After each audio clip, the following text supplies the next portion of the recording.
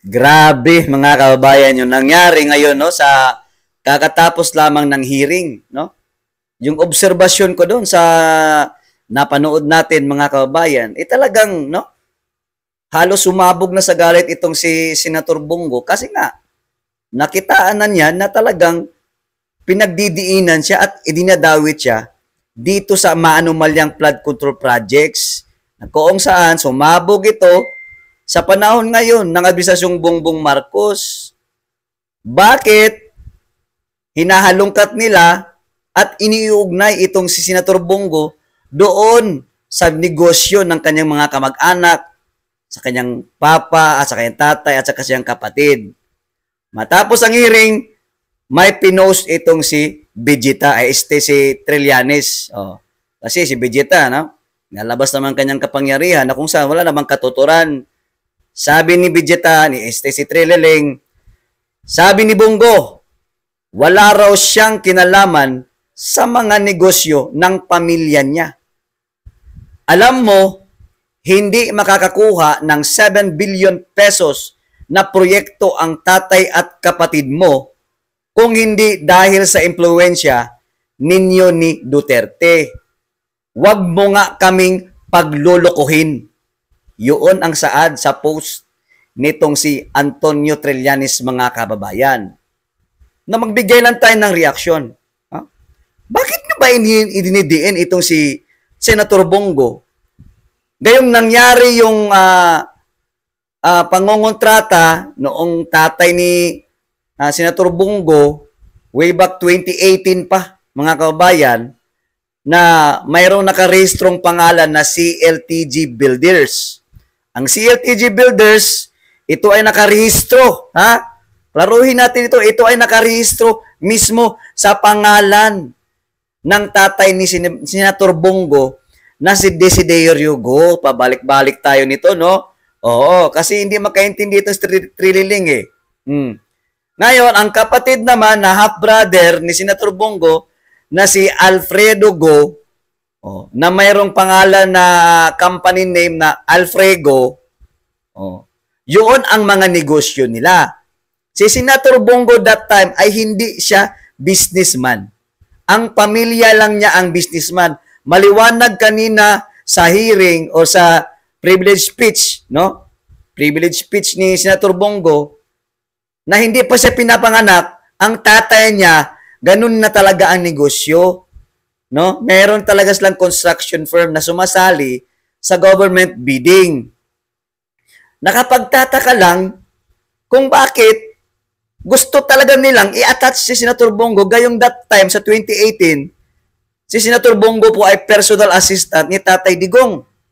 Nagmula pa yun sa Davao hanggang sa napunta siya sa Malacanang kasi nga nanalo si Tatay Digong bilang presidente ng ating Pilipinas taong 2016.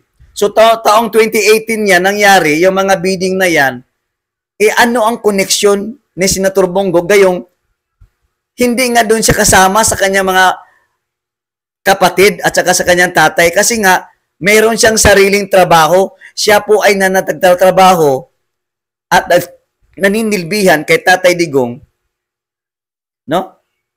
As public servant, no? Tinutulungan niya sa Tatay Digong kung saan siya napunta, o naging subsit si Senator Bongo. Di ba?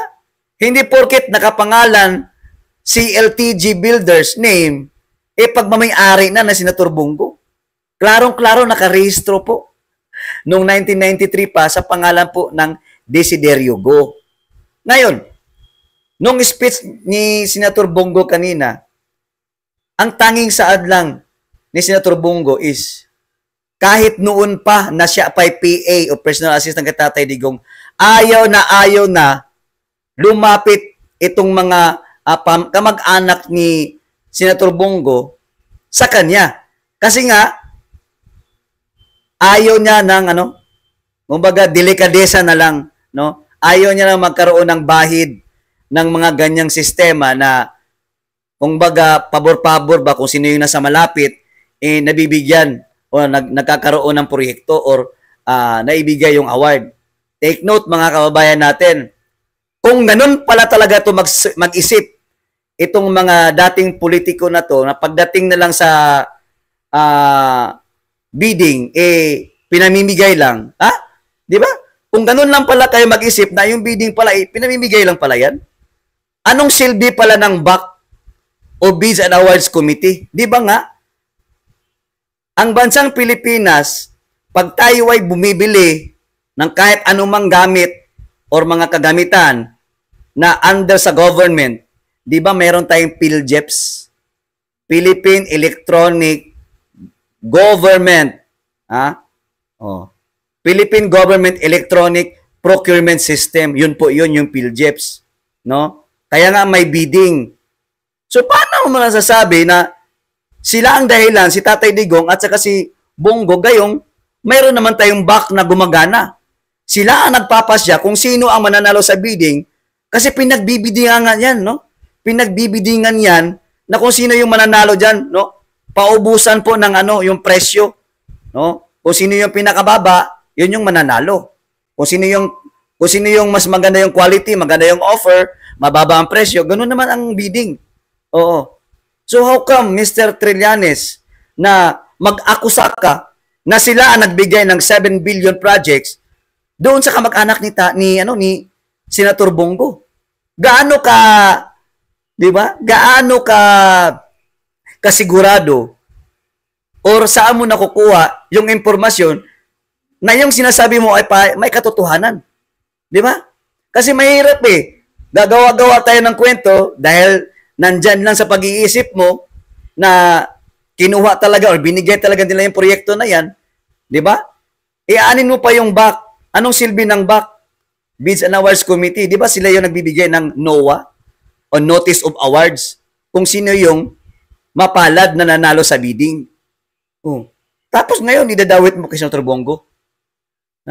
Mula pa noon si Senator Bongo, matagal na siyang wala sa kanyang pamilya o sa kanyang kamag-anak. Kasi nga, maaga siyang namulat, nagtatrabaho kay Tatay Digong. Congressman pa si Tatay Digong, nag-vice mayor, mayor, hanggang sa naging Pangulo ng Bansang Pilipinas, kasangga ni Tatay Digong, yaang si Senator Bongo bilang personal assistant. So, paano mo masasabi ngayon na sila ang may anomalya dyan sa sinasabi mong pagbibintang na pinamigay yung 7 billion projects? Di ba nandito ngayon yung issue?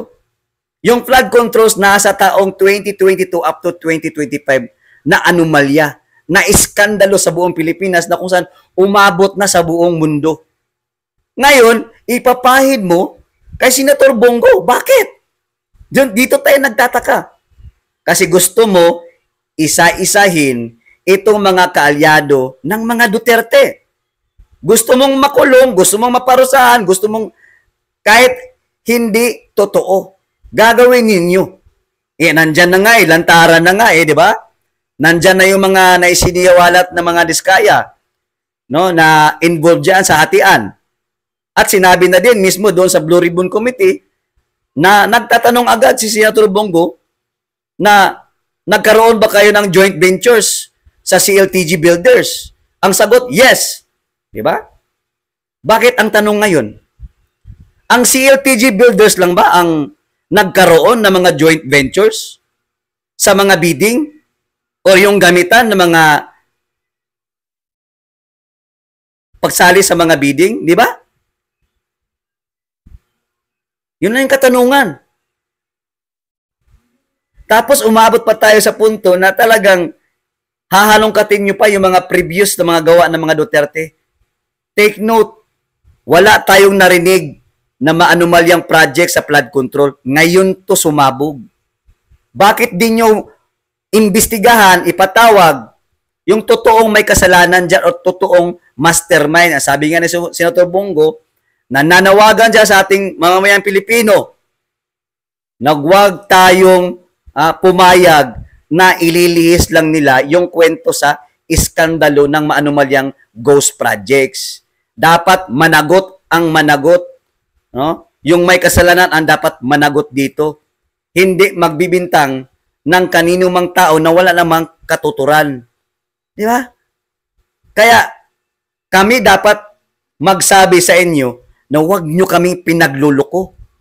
Kitang-kita na kayo ng taong bayan na pinipersecute ninyo itong mga kalyado ng mga Duterte, si Ma'am Sara, kasi gusto ninyo ipamukha sa taong bayan na sila ang may kasalanan, sila ang mga drogista, sila ang mga adik, sila ang mga drug lord, sila ang mga maanumalyang, may mga anomalyang proyekto, magnanakaw.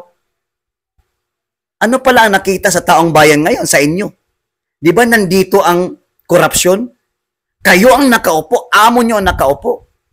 Si Senator Bongo nagtatrabaho ng marangal. Kita nyo naman kung anong sinabi na batas na ginawa ni Senator Bongo at kung ano yung isinaad niya na proyekto na dapat niyang gagawin, hindi ba nakikita na natin? Hindi ba natatamasa na ng sambayan ng Pilipino? Hindi ba nakabenepisyo ito mga mamamayan natin diyan sa Malasakit Center? 167 ka mga Malasakit Center, for God's sake. Pero may resibo, ginawa talaga yan. Bisyo ay magserbisyo ni Senator Bongo. Nandyan pa yung Super Health Center na kung saan dahan-dahan na pong dumami kasi nga nagsitayuan, yung iba dyan na turnover na. Gaya na lang yung isa ngayon sa Zamboanga, Del Sur, at saka doon sa Santa Maria, sa Bulacan. Kita nyo mga kababayan? Ito ang totoong nagtatrabaho ng marangal.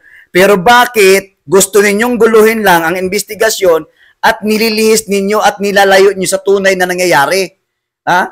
Kami dapat ang may karapatang magsabi na kami ang mga pinagluloko ninyo.